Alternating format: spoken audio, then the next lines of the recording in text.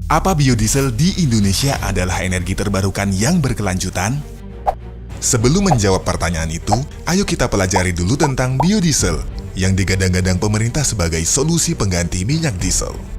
Secara definisi, bioenergi adalah energi terbarukan yang berasal dari sumber biologis. Biofuel adalah jenis dari bioenergi yang liquid dan digunakan untuk bahan bakar mesin.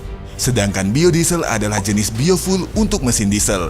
Jadi, kalau kendaraan kita bermesin diesel atau kita sering naik transportasi massal berbasis kendaraan diesel, berarti kita termasuk pengguna biodiesel. Sekarang, ayo kita bahas biodiesel lebih jauh.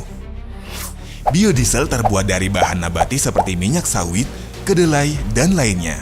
Karena berbahan nabati dan menghasilkan emisi yang lebih rendah dari minyak diesel pada umumnya atau solar, biodiesel didorong produksi dan penggunaannya oleh pemerintah Indonesia dalam beberapa tahun terakhir.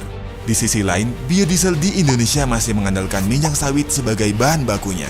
Namun, minyak sawit digunakan bukan hanya untuk biodiesel, melainkan juga bahan utama makanan dan kosmetik. Sehingga permintaan menjadi tinggi dan mau tak mau produksi minyak sawit terus digenjot.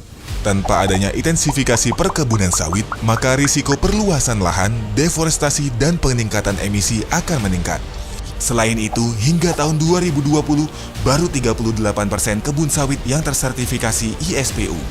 Nah, meskipun tergolong energi terbarukan, pada kenyataannya, biodiesel belum mampu mewajibkan pemenuhan prinsip berkelanjutan seperti standar ISPU yang mengatur aspek sosial, ekonomi, dan lingkungan di sepanjang rantai pasoknya, dari hulu ke hilir. Jadi, bisa dikatakan biodiesel di Indonesia belum berkelanjutan.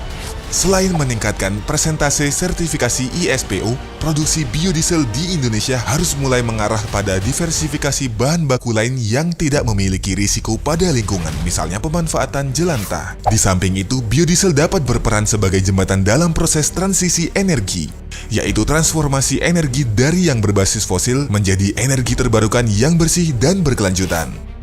Di masa depan, khususnya untuk sektor transportasi, penggunaan biodiesel untuk kebutuhan bahan bakar kendaraan harus diganti dengan sumber energi terbarukan yang lebih berkelanjutan. Apalagi saat ini, tren dunia sudah mengarah ke kendaraan yang lebih rendah emisi seperti kendaraan listrik. Dalam RUEN, pengembangan biodiesel direncanakan menjadi bagian dari bahan bakar di Indonesia hingga tahun 2050. Biodiesel harus dilihat sebagai jembatan dan bukan destinasi akhir. Sebab pengembangan teknologi transportasi di masa depan akan menawarkan akses yang lebih murah dan ramah lingkungan. Ayo bersama kita dorong upaya transisi energi terbarukan yang bersih dan berkelanjutan.